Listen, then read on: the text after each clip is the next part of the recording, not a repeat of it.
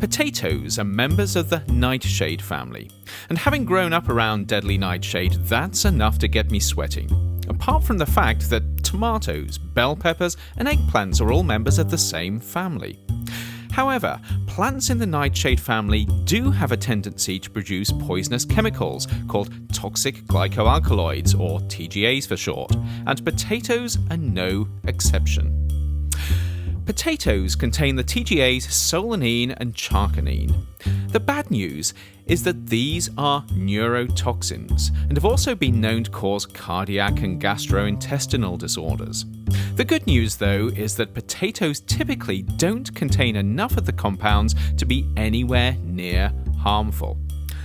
But when potatoes are exposed to light, things begin to get out of whack. Solanine and charcanine begin to build up. At the same time, the amount of chlorophyll, the substance that makes leaves green, also increases.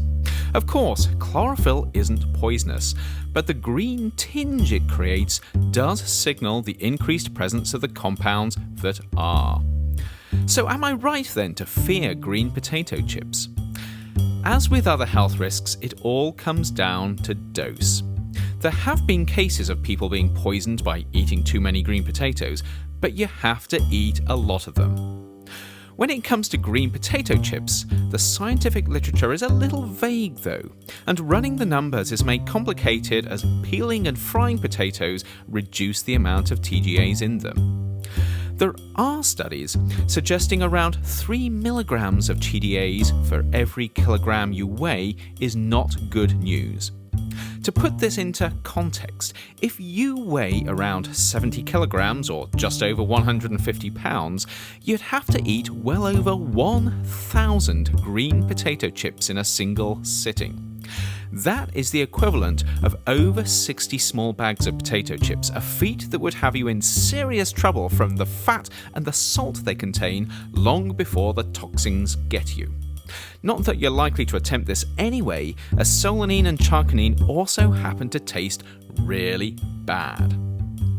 On the flip side, both of these glycoalkaloids have been studied as potential cancer treatments.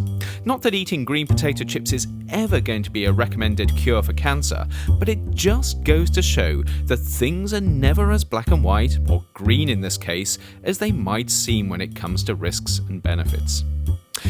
In other words, the odd green chip isn't likely to hurt you.